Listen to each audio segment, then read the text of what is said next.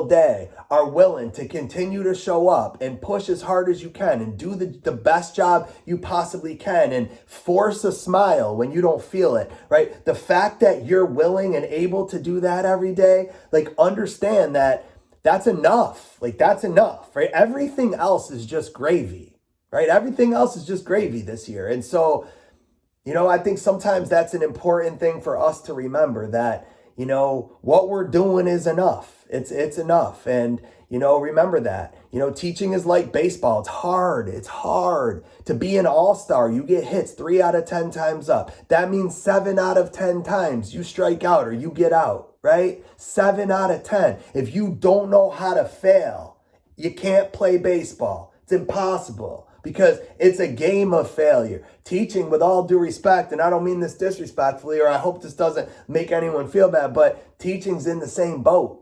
Teaching's a game of failure. It's hard, man, especially the kids we're talking about. These are the hardest kids that there are, And so this notion that we're going to fix them or change them overnight, it's unrealistic. That's not how it works. For a lot of the kids that we're talking about, it took them 4 years, 7 years, 12 years, 17 years, to become the way they are. That does not get changed in minutes, especially when they're going home and they're still getting that type of, right? Like you have to undo frequently what's being done at home. So not only are you trying to build, you got to kind of knock down first and then clear out and then build. And it's an incredible task, and shout out to all of you for showing up and for doing it. And, hopefully I give you a little bit of inspiration where you can go back and be like, you know what? Let me just remember why I do this job. And that's, at the end of the day, what I'm asking of all of you. Remember why you do this job.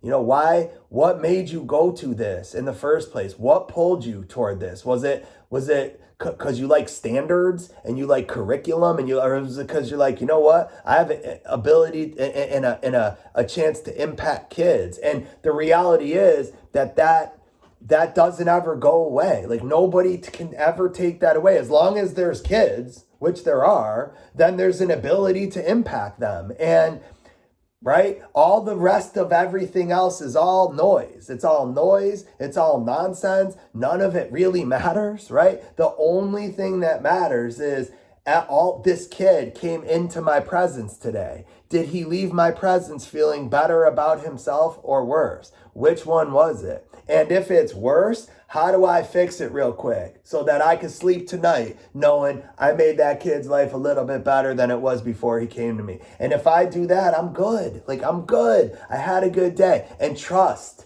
in the process that everything else will take care of itself, because it will. Everything else will take care of itself.